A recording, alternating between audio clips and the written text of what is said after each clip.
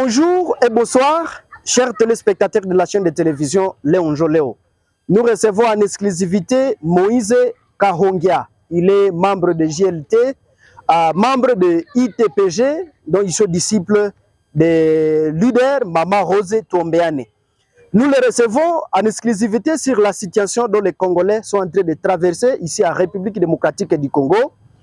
La situation de crise dont le Rwanda impose à la RDC. Moïse Kahongia, bonjour et bonne arrivée. Bonjour, merci, cher journaliste. Dites-nous, est-ce que vous allez bien? Non, ça ne marche pas bien. Nous sommes à Butembo, à l'est de la République démocratique du Congo.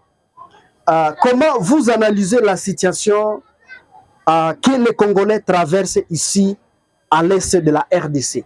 Chers journalistes, sans vous mentir, la situation sécuritaire ainsi que humanitaire est très alarmante par rapport à ce que nous traversons, nous les citoyens congolais qui sommes à l'est. Et surtout, par exemple, les déplacés de guerre qui se trouvent dans beaucoup de milliers de la province Nord Kivu. Là, je parle de Beni territoire, voire même Rutshuru, Masisi, avec les M23, plus de 6 millions de déplacés, sans compter ceux qui sont dans le grand nord de la province Nord Kivu, pour dire que la province est en insécurité et une situation alarmante par rapport à ces déplacés-là, même par rapport à nous, la population. Chacun là où il se trouve, nous vivons en fait quoi.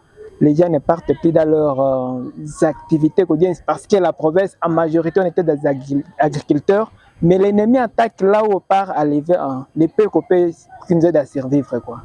Alors, dites-nous, est-ce que les élèves continue, comment les élèves sont en train de suivre cours alors qu'il y a des affrontements ici et là? Est-ce qu'ils trouvent vraiment le temps d'aller à l'école?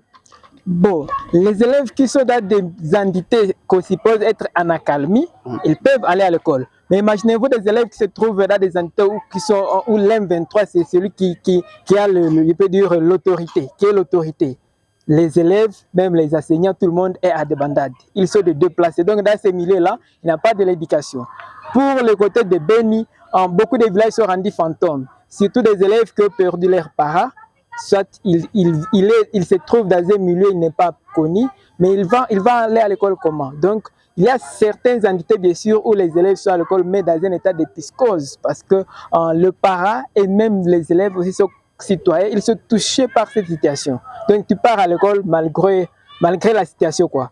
C'est dire qu'on ne peut pas tout cesser parce qu'on a l'espoir que la paix reviendra dans notre région quoi. Alors comment tu apprécies la tactique de guerre, surtout de nos forces armées de la République démocratique du Congo contre les terroristes du M23, mais du côté de Beni aussi contre les terroristes des ADF? Comment vous appréciez la façon dont se comporte notre armée et les Wazalendo sur les champs de bataille?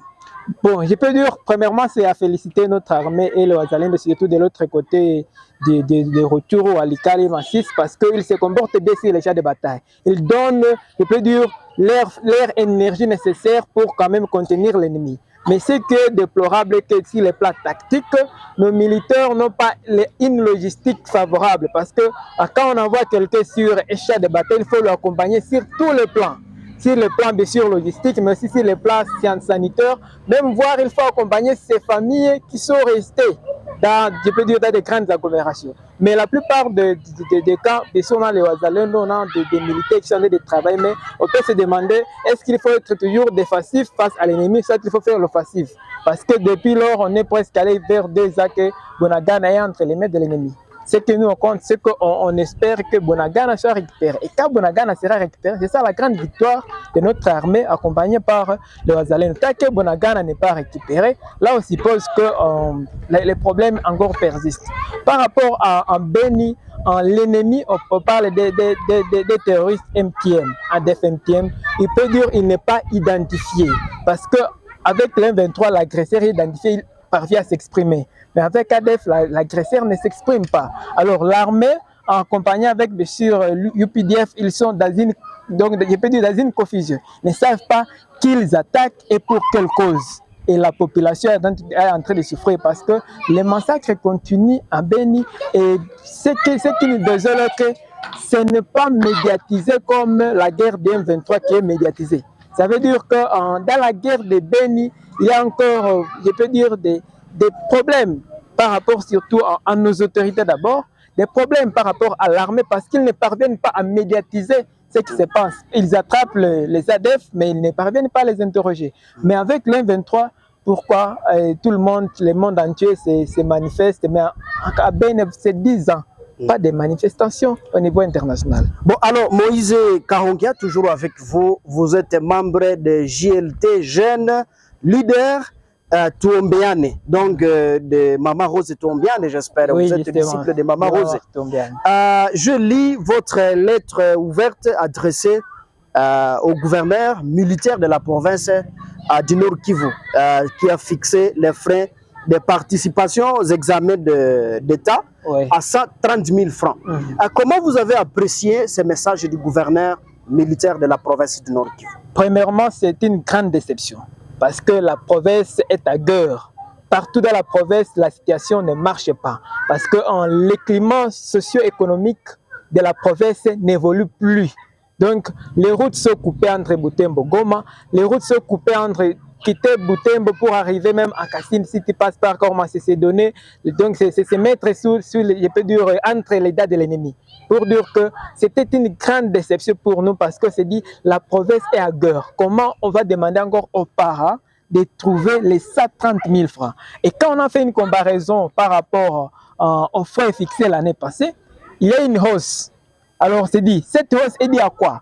Alors qu'il n'y a pas d'amélioration sur les plans socio-économiques, il n'y a pas d'amélioration sur les plans sécuritaires, mais il y a maintenant une hausse. Ça veut dire qu'est-ce que le gouverneur cherche auprès de sa population? Est-ce que c'est pour vraiment soulager cette population qui est longtemps meurtrie? On s'est dit, les déplacés de guerre qui vont quitter, qui sont dans des milliers, on suppose, en accalmie actuellement, est-ce qu'ils seront à la hauteur de payer ces frais? Même nous qui sommes dans des agglomérations en accalmie, mais on voit actuellement la vie sociale.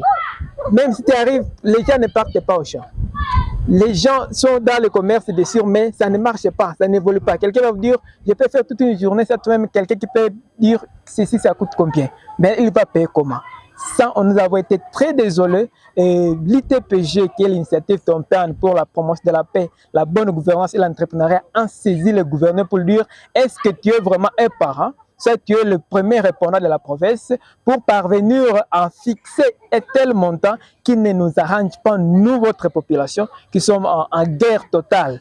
Et je pense que la province pouvait être en état d'urgence totale avec ce que nous traversons actuellement. Moïse Kahongia, qu'est-ce que vous souhaitez qu'il puisse faire les garants donc, de la province du Nord Kivu?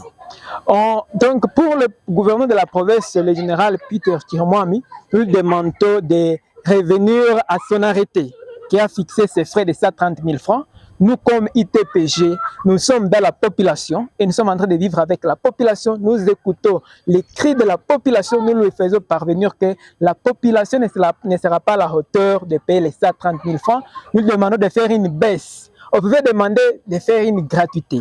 Mais par rapport, pour dire, permettre quand même une bonne organisation de ces examens d'État, ne fût-ce que payer quelque chose. Même quelque chose, et vous souhaitez que ça soit au moins combien, selon vous? Nous, on le souhaite que ça soit autour de la moitié, donc autour de 55 000 francs pour arranger ne fût-ce que les parents.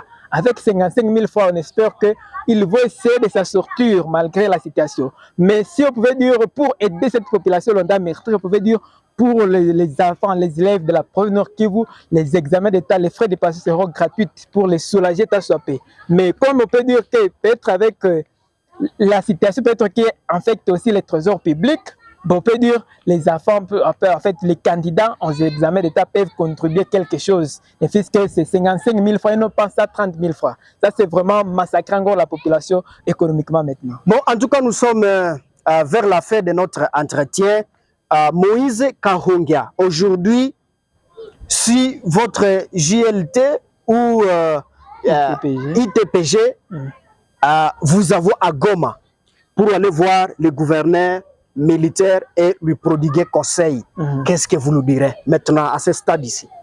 À ce stade, si on a cette opportunité d'aller à Goma pour voir le gouverneur en France, ça veut dire premièrement que le gouverneur doit fournir ses efforts d'abord d'élever la province dans cet état de sécurité totale. On va lui demander d'abord de mettre la population, donc Ce qui va nous soulager, c'est que tous les déplacés de guerre retournent dans leur milieu habituel. Nous allons demander au gouverneur de se mettre à la place des parents. Les parents souffrent parce que eux parents qui reçoivent un salaire par exemple de $100, nous le début du mois, encore payer les frais scolaires. S'il a même des études à l'université, payer les frais académiques, c'est tout un problème. Alors, on ne sait pas comment les gens sont en train de vivre. Donc, on vit par la grâce de Dieu. On va demander au gouverneur de faire de son mieux. La province a des recettes, mais de faire de son mieux qu'il puisse alléger certaines choses à sa population. Compature. Nous lui demandons de compatir avec nous, la population, en longtemps meurtrie. Mais aussi, on va lui demander toujours de continuer d'appuyer les services de sécurité parce que lui-même, il peut descendre sur les champs de bataille. Il est militaire, il est général. Qu'est-ce qui lui empêche de quitter la ville de Goma, aller se retrouver sur une ligne de front, en espace à Kibumba ou en Sac? Il ne peut pas rester quand même dans des bureaux climatisés. Il doit montrer l'exemple et aller sur le terrain. Peut-être il peut se faire héros de la province, libérer de la province de cette situation de sécurité. Aller accompagner les militaires et faire des exploits sur les M23, venir à Ben faire les exploits sur les ADF, ça sera tout ce que nous pouvons lui demander de nous offrir, nous, comme sa population. En tout cas, Louis, c'est Moïse Kahongia que nous avons réussi à ce nouveau numéro sur la chaîne de télévision Léon Léo. Si c'est la première fois de nous suivre, ne manquez pas en tout cas de vous abonner pour ne pas rater de nos prochaines publications. Au revoir. Merci.